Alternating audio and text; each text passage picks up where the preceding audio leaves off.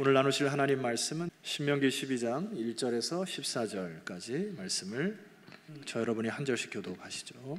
내 조상의 하나님 여호와께서 내게 주셔서 차지하게 하신 땅에서 너희가 평생에 지켜 행할 규례와 법도는 이러하니라. 너희가 쫓아낼 민족들이 그들의 신들을 섬기는 곳은 높은 산이든지 작은 산이든지 푸른 나무 아래든지를 막론하고 그 모든 곳을 너희가 마땅히 파멸하며 그 제단을 헐며 주상을 깨뜨리며 아세라상을 불사르고 또 그 조각한 신상들을 찍어 그 이름을 그곳에서 멸하라.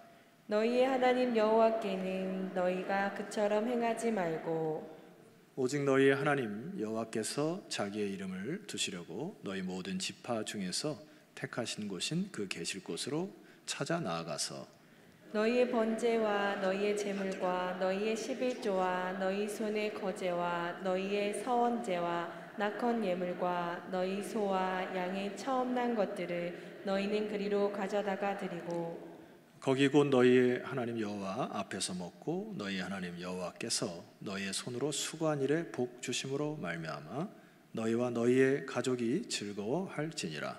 우리가 오늘 여기에서는 각기 소견대로 하였거니와 너희가 거기에서는 그렇게 하지 말지니라. 너희가 너희 하나님 여호와께서 주시는 안식과 기업에 아직은 이르지 못하였거니와 너희가 요단을 건너 너희 하나님 여호와께서 너희에게 기업으로 주시는 땅에 거주하게 될 때 또는 여호와께서 너희에게 너희 주의 모든 대적을 이기게 하시고 너희에게 안식을 주사 너희를 평안히 거주하게 하실 때에 너희는 너희 하나님 여호와께서 자기 이름을 두시려고 택하실 그곳으로 내가 명령하는 것을 모두 가지고 갈지니 곧 너희의 번제와 너희의 희생과 너희의 십일조와 너희 손의 거제와 너희가 여호와께 서원하는 모든 아름다운 선물을 가져가고 너희와 너희의 자녀와 노비와 함께 너희의 하나님 여호와 앞에서 즐거워할 것이요 내 성중에 있는 레위인과도 그리할지니 레위인은 너희 중에 분깃이나 기업이 없음이니라. 너는 삼가서 내게 보이는 아무 곳에서나 번제를 드리지 말고 오직 너희의 한 지파 중에 여호와께서 택하실 그곳에서 번제를 드리고 또 내가 네게 명령하는 모든 것을 거기서 행할지니라. 한 주간 새벽에 기도하면서 우리 성도들이 참 잘 살았으면 좋겠다 이런 마음으로 중보 기도를 했습니다. 잘 산다는 게 뭐예요? 성경에 보면은 지혜로 이 세상을 살아가는 거이죠. 지혜라고 하는 것들을 이제 딱 떠올리게 되면은 잠언이 이제 떠오르게 되는데 잠언에서는 참 이런 얘기가 있습니다. 이게 우리에게 좀 경종을 주는 메시지인데 잠언서 1장 20절 말씀 보면은 우리 한번 읽어볼까요? 시작. 길거리에 부르며 광장에서 소리를 높이며. 이 지혜가 길거리에서 부르고 광장에서 소리를 높인다. 이게 무슨 말일까요? 많은 사람들이 지혜롭게 살지 못하고 지혜가 혼자 떠돌아 다닌다 이 얘기잖아요. 그래서 성경의 잠언에서는 이렇게 얘기를 합니다. 잠언 2장 4절에 보니까 이렇게 얘기해요. 은을 구하는 것 같이 그것을 구하고 감추어진 보배를 찾는 것 같이 그것을 뭐 하라고요? 찾아야 된다고요. 그래서 여호와 경외하기를 깨닫고 그리하면 하나님을 알게 될 것이고, 자 2장 10절로 좀 내려가시면은 곧 지혜가 이렇게 되죠. 지혜가 내 마음에 들어간다. 지식이 내 영혼을 즐겁게 한다. 그러니까 가만히 보면은 지혜라고 하는 거는 여러분들 착각하시면 안 되는 거는 내가 스스로 만들어낼 수 없는 겁니다. 그러니까 지혜는 하늘로부터 주어지는 거예요. 그래서 하나님께서 부어주셔야 지혜로운 인생을 산다. 그러니까 우리의 인생의 승패는 바로 여기에 있어요. 가만히 세상 사람들을 보면은 자기의 지혜와 자기의 생각과 뜻대로 자꾸 살아가려고 해요. 근데 하나님 백성은 그렇게 사는 거 아니죠. 하늘의 지혜를 구하고, 할렐루야, 하나님의 은혜를 구하여 그 은혜와 지혜가 내 마음에 들어와서 나를 다스릴 때 비로소 우리는 그것을 감사하며 살아가는 인생이 되는 거예요. 그래서 바로 승패는 여기에 있는 겁니다. 지혜를 구하는 인생을 사느냐, 그래서 그 지혜가 나를 다스리는 인생을 사느냐, 아니면 내 방식과 내 계획대로 살아가느냐. 자, 이게 큰 세상 사람과 구별된 접근이죠. 자, 그러면 하나님이 이제 오늘 본문의 말씀을 통하여서 잘 보세요. 그의 백성들을 독수리 날개에 업어서 새로운 땅에 심으시려고 할 때 하나님이 마음이 애간장이 끓겠죠. 왜냐하면 이미 그 땅은 죄악이 폐기한 땅이고 하나님 없이 살아간 땅이기 때문에 그 땅으로 하나님의 백성들을 이끄실 때 하나님께서 명령하신 메시지가 신명기예죠. 모세가 두 번째 설교하는 메시지인데 여기서 하나님의 가슴을 우리가 알 수가 있습니다. 자, 본문의 1절 말씀을 보시면은 내 조상의 하나님 여호와께서 내게 주셔서 차지하게 하신 땅에서 너희가 평생에 지켜야 할 규례와 법도는 이러하니라 하고 하나님의 백성들에게 지켜야 할 규례와 법도를 말씀하십니다. 자, 그런데 첫 번째는 메시지가 이거예요. 자, 2절과 3절을 저와 여러분이 함께 읽어보겠습니다. 준비됐죠? 너희가 쫓아낼 민족들이 그들이 섬기는 곳은 높은 산이든지 작은 산이든지 푸른 나무 아래든지를 막론하고 그 모든 것을 너희가 마땅히 파멸을 해라, 이렇게 얘기를 하셨고요. 3절 이하에 보면은 그 제단을 헐고 주상을 깨뜨리고 아세라상을 불사르고 조각한 신상을 찍어서 그 이름을 그곳에서 멸하라. 여러분, 너무 디테일하죠? 그냥 하나님이 우상 숭배하지 마라 이러면 될 텐데 하나님이 여기에 쓰는 단어를 보세요. 모세를 통해서 파멸하고 찍고 불태우고 막 이렇게 하나님이 얘기하는 거예요. 왜 그럴까요?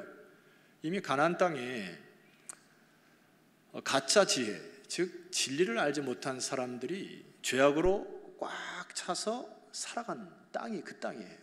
그러니까 인간의 연약함 때문에 하나님의 백성들이 그 땅에 들어갈 때 그 문화에 젖어 살까 봐 하나님이 노심초사, 그 마음으로 모세에게 주시는 메시지예요. 사실 가나안 땅을 보면은 이 모든 우상들을 딱 이게 귀결을 하면은 한 두 가지 패턴으로 압축이 됩니다. 첫 번째는 바알이라는 우상을 섬기는 거, 여러분 아시죠? 바알이라고 하는 신은 풍요의 신입니다. 여러분, 사실 이 풍요의 신은 오늘 현대인들도 사실 여기에 피할 수가 없는 것 같아요. 그러니까 이 바알을 섬기는 목적은 뭐죠? 내 인생이 그냥 잘 살아야 되고 내가 생각하면 성공해야 되고 이게 번영해야 되고 막 그런 것에 온통 사로잡힌 것이 바로 바알 신앙이에요. 바알 신. 두 번째 신은 오늘 본문 3절에도 기록이 되어 있는데 그 3절에 뭐가 나와 있습니까? 뭘 불사르라 했죠? 아세라라는 단어 보이시죠? 이 아세라도 하나의 우상이었는데 이 아세라는 인간의 쾌락을 종교와 접목하여 만든 신입니다. 그러니까 이 종교에 빠진 사람들의 목적은 끊임없는 쾌락 추구의 인생을 살도록 만든 거예요. 먹는 문제, 즐기는 문제, 성적인 문제, 늘 이 쾌락을 통해서 사람들을 가짜의 인생으로 만드는 것이 바알과 아세라의 상이 두 가지의 큰 것이 바로 가나안 땅에 있었단 말이에요. 그래서 하나님이 너희들이 그 땅으로 들어가거든 파멸하고 헐고 불사르고 찍어라. 무엇을 위해서 그런 겁니까? 정결함 때문에 그래요. 거룩이라고 하는 건 어디서부터 시작되면 바로 우리의 회개로부터 시작돼요. 정결함, 내가 세상 문화와 동요하지 아니하고 세상 문화와 혼합되지 아니하고 하나님 백성답게 살아가는 것을 정결함이라 얘기하는 거잖아요. 그래서 이 정결함이 오늘 우리가 성찬식을 통해서 하나님 앞에 예배 드릴 때에도 여러분 마음속에 하나님, 내가 나쁜 우상의 것들을 헐고 부서뜨리고 파괴하고 불태우고 하나님 나라의 영광에 살겠습니다 라고 하는 정결함이 회복되기를 소망합니다. 그것이 성찬 예식이에요. 제가 이 부분을 제 말로의 글로 좀 써왔는데 우리 일부 성도들이 조금 좀 못 따라와가지고 마음이 조금 거시기 합니다만은 제가 이거를 좀 읽어볼 테니까 여러분들 중간중간에 아멘으로 화답하시면 감사하겠습니다. 너희가 하나님보다 더 살아가는 것이 있다면은 그것이 무엇이든지 막론하고 그 모든 것을 너희가 마땅히 파멸하며, 역시 이부 잘하고 있습니다. 성공과 번영의 이데올로기를 헐며 술병을 깨뜨리고 사주팔자 이단적 책들을 불사르고 불의로 거두어들인 욕망의 상아탑을 찍고 불법적 온라인 사이트나 불법적 계약서를 제거하고 그 이름을 너희들이 사는 곳에서 멸하라. 여러분, 이게 필요한 거예요. 하나님 백성답게 사는 것이 필요한 것입니다. 바로 이 정결을 유지할 때 하나님이 그제서야 지혜와 하나님의 은혜를 부어주시는 거예요. 그래서 하나님이 이스라엘 백성들에게 신신당부하십니다. 그리고 너희들이 파멸하고 헐고 부서뜨리는 이 일과 동시에 또 하나님 명령하시는 게 있어요. 그게 오늘 4절 말씀 보면은 너희 하나님 여호와께는 너희가 그처럼 행하지 말고, 여기 그처럼이라고 하는 이 말은 13절로 내려가시게 되면은 13절에 이렇게 되어 있습니다. 너는 삼가서 내게 보이는 아무 곳에서나 번제를 드리지 말라 했어요. 이제 그것처럼이 바로 이거건데, 네게 보이는 곳에서 아무 곳에서나 이방이 우상을 섬기듯 그렇게 나에게 섬기지 마라. 세 번역으로 보면은 당신들이 택한 곳에서, 그러니까 내가 찍은 곳에서, 내가 원하는 곳에서, 뭐 예를 들어 우리가 코로나 이후에 이런 거 있잖아요. 내가 차를 타러 가다가 놀러 가다가 차 속에서 비행기 속에서 하나님 앞에 구별하여 드릴 것들 내 멋대로 예배를 드리지 말라. 주님이 그 얘기를 하신 거예요. 이게 이제 왜 문제가 되냐면은, 문화라는 건 우리가 삶의 이제 패턴 아닙니까? 삶에 저전한 것이 문화예요. 제가 태국 가서 이제 충격을, 약간 그 쇼킹을 받았던 것들이, 이제 첫 번째는 그 우상 문화가 너무 그 삶에 뿌리 내렸다는 부분이고, 그러니까 집집을 가가오 전도를 했던 기억이 나는데, 그 집을 들어가는 초입에도 우상이 있고요, 우상단지를 지나서 가정에 들어가는데 그 가정 안에도 우상단지가 있습니다. 그러니까 이 사람들은 소위 현대판 바알을 섬기는 거겠죠. 그러니까 이 신을 의지해서 내 인생의 성공과 번영과 물질의 풍요를 갈구하는 정도, 그러니까 그것이 태국 전역에 쫙 깔려 있더라고요. 그러니까 이런 잘못된 문화를 통해서 어떠한 현상이 펼쳐지냐면은, 이제 부가 삶의 척도가 되니까 여러분 조금 우스꽝스러운 일들이 일어나는데, 제가 이제 골목을 지나서 이게 노인들이 많이 있고 어르신들이 있는 이제 그쪽으로 막 지나갔단 말이에요. 근데 이제 저를 보고 이렇게 웃는 거예요. 계속 막 이렇게 환하게 웃는 거예요. 저를 처음 봤잖아요. 그래서 왜 저를 웃나? 그래서 저도 이제 반갑게 인사를 했고, 나중에 선생님께 물어보니까, 목사님 그거 못 보셨어요? 왜요? 그러니까 그분들이 여기 자기 금리발을 해놓은 거가 있기 때문에 금리발이 부의 상징이라는 거예요. 그러니까 그 금리발을 보여주면서 내가 잘 산다는 걸 보여준다는 겁니다. 그래서 아이 뭐 그럴 수 있겠어요. 내가 그랬더니 젊은이들도 말입니다. 생리발을 빼고 금리발을 박는 것이 태국에 있다는 얘기예요. 여러분, 이게 잘못된 거잖아요, 그렇죠? 그런데 부라는 척도가, 바알의 신이 그들을 사로잡으니까 이렇게 좀 우스꽝스러운 일들이 벌어진단 말입니다. 그러니까 하나님이 뭘 원하시는 거예요? 네 멋대로 이 우상에게 섬기듯이 나를 섬기지 말아라 이거예요. 나의 삶의 문화에 젖어서 네 방식대로 나를 부리려고 하지 말라는 이야기입니다. 그래서 하나님이 이렇게 부탁하세요. 여러분 5절 말씀 보시게 되면은 무슨 단어로 시작합니까? 오직이라는 단어에 줄을 그셔야 되고 동그라미를 딱 치셔야 됩니다. 구약 성경에 히브리어를 보게 되면은 여러 가지 특징이 있는데, 히브리어는 우리는 왼쪽에서 오른쪽으로 읽지만은 히브리어는 오른쪽에서 왼쪽으로 읽습니다. 그리고 뭐 따옴표라든지 느낌표라든지 뭐 이런 거 없어요, 아예. 그러니까 그냥 글자만 쭉 이렇게 돼가지고 하나님께서 모세를 통해서 강조할 때는 부사를 사용하십니다. 그래서 여러분, 제가 설교 시간에 가끔 그 힘내라는 단어 들어보셨죠? 들어보신 분 고개를 끄덕해 주세요. 들어보셨죠? 이게 보라, 이게 강조거든요. 또 하나 강조는 여기 오직이라는 단어입니다. 오직, 온리라는 단어인데, 오직, 이게 굉장히 하나님께서 강조하시는 거예요. 자, 강조하는 의미로 우리 함께 읽어보겠습니다. 시작. 오직 너희의 하나님 여호와께서 자기의 이름을 두시려고 너희 모든 지파 중에서 택하신 곳인 그 계실 곳으로 찾아 나아가서라는 부분입니다. 그러니까 네가 원하는 장소에서 네 멋대로 네 시간을 빼가지고 그렇게 하는 게 아니고, 그거는 이방신을 섬기는 것처럼 하는 거고, 결과적으로 이방신을 섬긴다는 게 뭐예요? 자기를 섬기는 거 아닙니까? 자기가 잘 되게 해달라고 이방신을 이용하는 거 아니에요?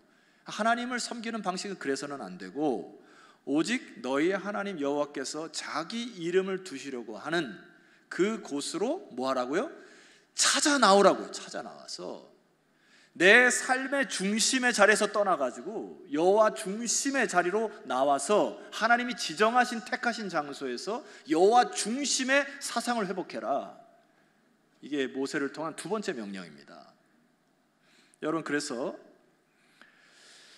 코로나 전국을 통해서 우리는 많은 부분에서 신앙의 타협점을 보았을 거예요. 여러분들이 글쎄요, 앞선 세대와 이렇게 좀 견주어 보면은 예배를 지킨다고 하는 이 개념이 굉장히 좀 무너진 것들이 담임 목사로 안타까워요.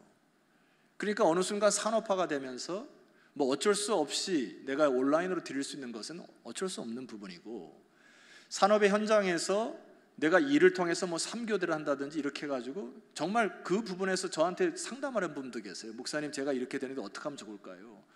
삶의 현장에서 떼어서 하나님께 드리세요. 그것이 중앙성소가 될 겁니다. 얼마나 감사한 일이에요, 그 부분은. 그런데 제가 목회자들끼리 모이면은 요즘에 많은 성도들이 이 하나님 중심의 이 예배가 서서히 무너지는 것들을 많이 봐요. 그러니까 내가 필요한 시간, 내가 필요한 장소, 내가 편한 장소로 그냥 이렇게 쉽게 하나님을 내 중심으로 끌어내리는 것은 위험한 것입니다. 조심하셔야 돼요. 그래서 여러분, 다시 삶의 중심 되신 여호와 하나님께 여러분의 마음을 모아주시기를 주 이름으로 축원합니다. 그래서 이스라엘 백성들이 이 하나님의 말씀을 듣고 첫 번째 중앙 성소를 세운 장소가 있어요. 혹시 기억나는 분 계십니까? 이 장소가 실로라는 곳이에요. 자, 여호수아 18장 1절을 보시게 되면 정확히 그 장소가 나옵니다. 한번 읽어볼까요? 시작. 자손의 온 회중이 실로에 모여서 거기에 회막을 세웠으며 그 땅은 그들 앞에서 돌아와 정복되었더라. 자, 온 회중이 실로에 모였다. 그래서 거기에 회막을 세웠다. 회막을 세우고 언약궤를 안치하고 이게 이제 중앙 성소로 나라를 다스리는 첫 중앙 성소가 됩니다. 지도를 한번 봐주시죠. 지도를 보시면은 저기 중앙에 실로라고 하는 게 빨간 글씨로 보이시죠? 제가 1부 때는 정신이 없어가지고 저것도 못 보여드리고 안타까운데 일부 우리 성도님들 2부를 다시 보셔주시면 감사하겠는데, 자, 저기가 이제 그 밑에와 위에 그 갈릴리와 밑에 홍해가 밑에 있고 저기가 사해인데, 이스라엘이 처음에 딱 들어갔을 때 중앙이 되는 지점이 바로 실로라는 얘기죠. 그래서 북에서 남, 서업, 동에서 함께 모여서 하나님께 절기를 지켰던 곳 실로입니다. 그런데 여러분, 실로가 그 명망을 잃어버리는 사건이 하나 나와요. 그러니까 가나안 땅에 들어가는 시점을 BC 1400년으로 봅니다. 1400년부터 시작해서 298년 동안은 중앙성소를 중심으로 하나님께 예배를 잘 드렸단 말입니다. 그런데 300년 되는 어느 즈음에 이 중앙성소의 개념이 무너져요. 그리고 이 무너졌다는 이야기는 뭐죠? 백성들의 마음속에 이미 하나님 중심의 사상이 떠났다는 얘기죠.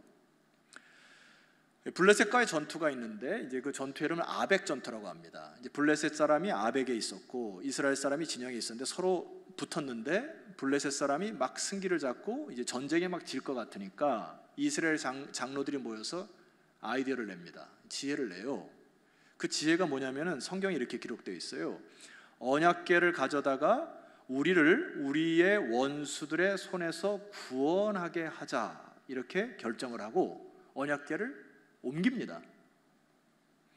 하나님의 말씀을 어긴 거죠. 하나님은 너희들이 실로라고 하는 중앙성소 세워서 하나님이 거기에서 기름 부으시고 은혜를 주시는데, 자, 신앙의 변질이 무엇인 것이죠? 내가 위험하고 내가 막 마음이 급작하니까 하나님을 내가 부리는 종으로 사용하는 겁니다. 이게 큰 죄예요. 여러분, 하나님 우리가 부릴 수 있습니까?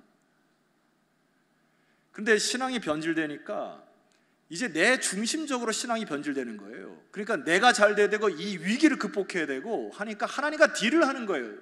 그래서 언약궤를 가져다가 이 전쟁을 승리하려고 마치 무기 다루듯이 말입니다. 하나님이 진노하시죠. 그래서 그 사건을 통해서 엘리 제사장이 죽습니다. 그리고 그 두 아들도 죽어요. 홈리와 비나스도 죽습니다.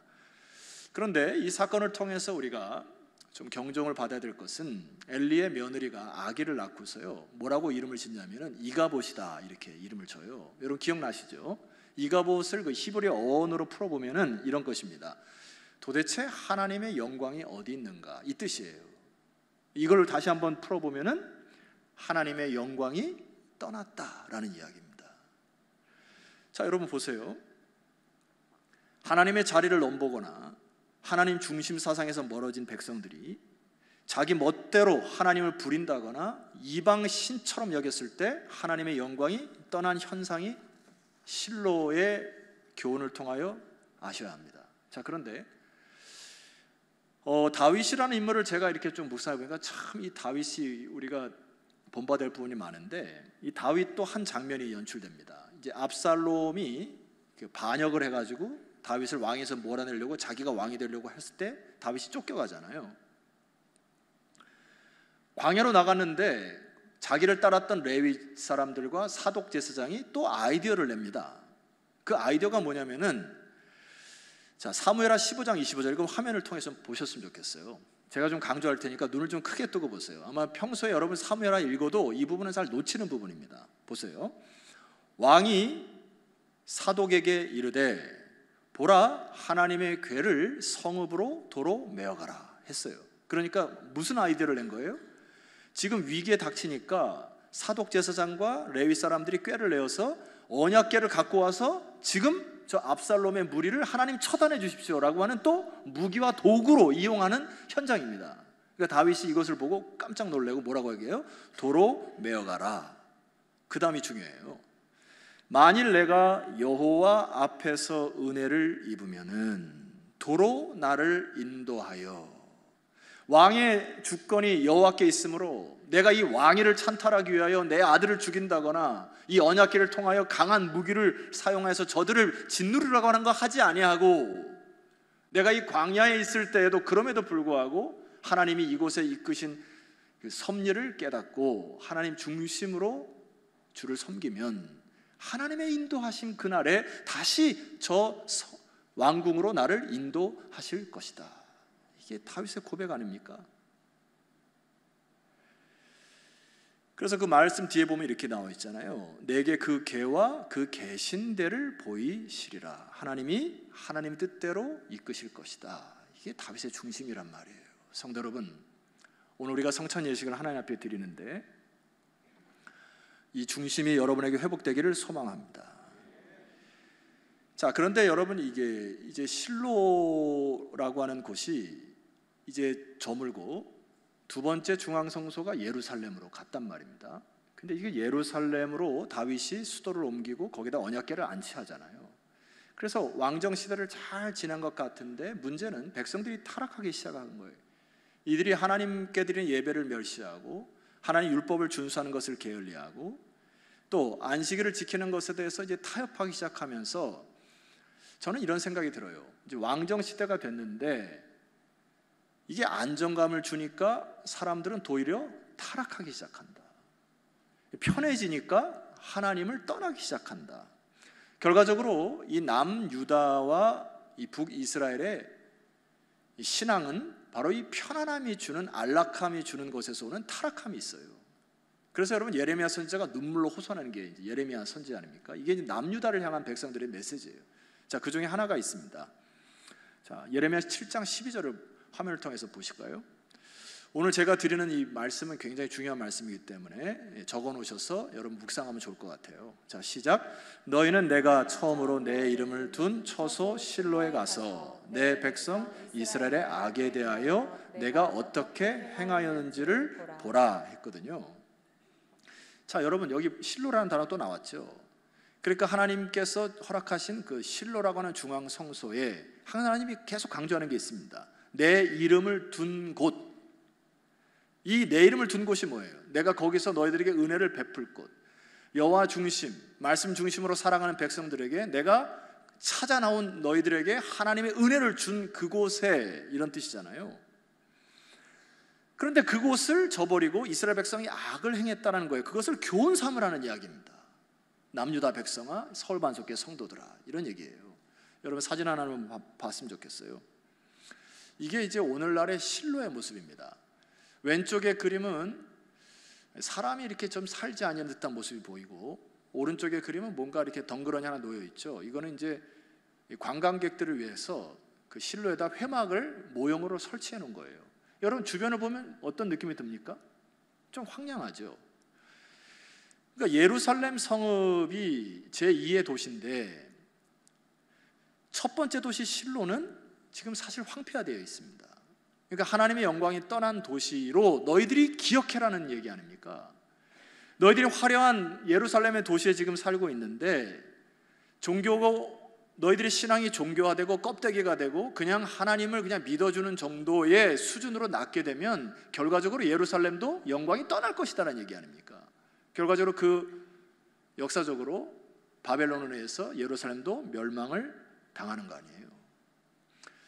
저는 잠시 잠깐 유럽교에 있으면서 여러 가지 좀 큰 충격들을 받는 것 중에 하나가, 여러분 이것은 실화인데요.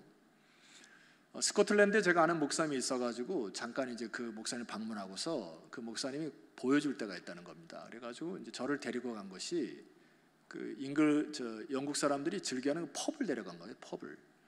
펍에 가면은 이제 간단한 맥주나 이런 걸 마시면서 노래를 들으면서 이렇게 춤도 추고 하는 그런 장소인데 이제 거기를 데려가는 거예요. 그래서 저 술 안 마십니다. 그랬더니 술 마시라는 게 아니고 보여줄 게 있다는 거예요.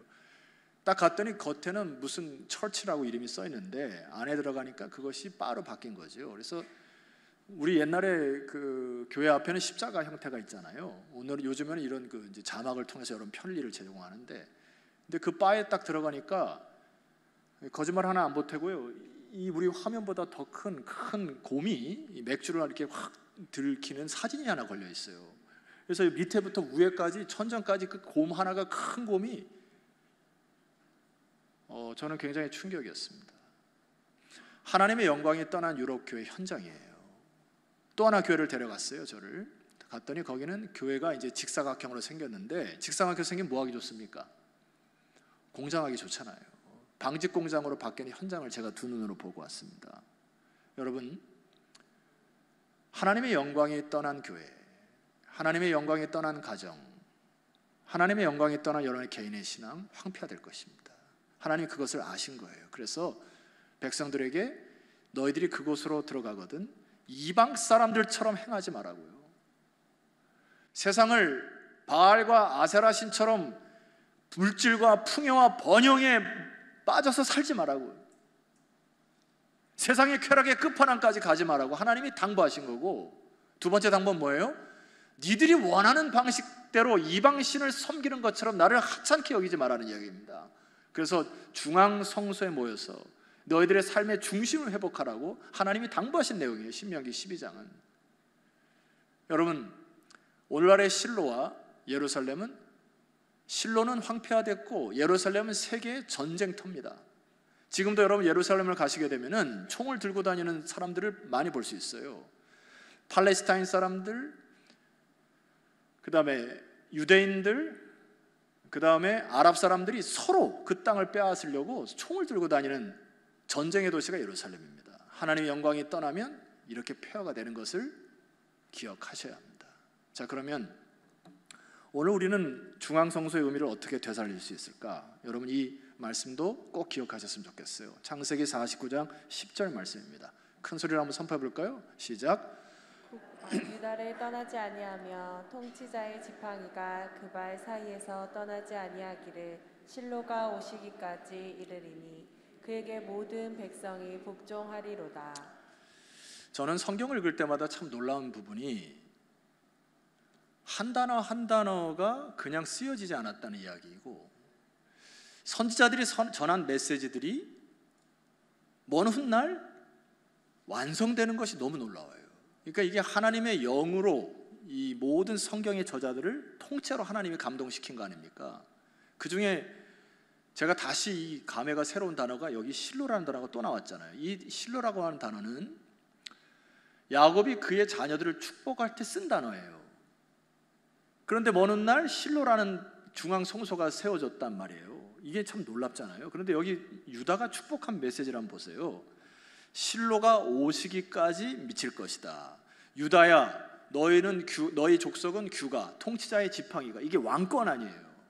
유다를 통하여 영원한 왕이 오실 거라는 말씀 아닙니까? 그런데 거기 보면 실로가 오시기까지예요. 이 실로는 방금 우리가 배웠던 것처럼 장소의 개념을 씁니다만은 이것은 샬라라고 하는 단어에서 유래되기 때문에 두 가지 단어에 다 쓰입니다. 장소도 쓰이지만 사람에게도 쓰여요. 그래서 사람에게 쓰게 되면은 사람을 이렇게 표현합니다. 안식을 주는 자. 그러니까 이렇게 다시 해석하면 이거잖아요. 안식을 주는 자까지 오시기까지 그가 오시기까지 미칠 것인데 모든 백성이 그 안식을 주는 자 앞에 복종할 것이다. 이게 유다의 예언 아닙니까? 여러분, 인간이 자기의 지혜로 살아가면은 황폐화됩니다. 물질에 사로잡혀요. 그런데 성경의 내용은 뭐예요? 실로는 오늘날 그 기능을 상실했지만은 실로 대신 예수 그리스도가 오셔서 여러분에게 참 안식을 주실 줄 믿습니다. 예루살렘이라는 도시도 지금 샬롬이 깨진 전쟁의 도시가 됐지만은 제2의 중앙 성소인 이 샬롬의 근원은 바로 예수 그리스도라는 얘기예요. 그래서 주님이 평강을 주는 자라는 메시지입니다. 그러니까 우리는 다시 이 세상을 어떻게 살아야 되냐? 아침에 눈을 뜨고 밤에 눈을 감을 때에도 우리는 예수 중심, 하나님 말씀 중심, 하나님 중심, 성전 중심으로 똘똘 뭉칠 때 비로소 우리의 삶의 지혜가, 하나님의 지혜가 깃들 뿐만 아니라 하나님의 은혜로 살아갈 수 있다는 얘기죠. 그렇다면 현대 우리의 삶은 뭐가 무너진 겁니까? 이 centered, 중심이 무너진 거죠. 하나님이 중앙성소의 개념을 주신 이유가 있습니다. 그때 시절에 그의 문화에 맞게 백성들에게 주신 메시지는 지리적인 것뿐만이 아니에요.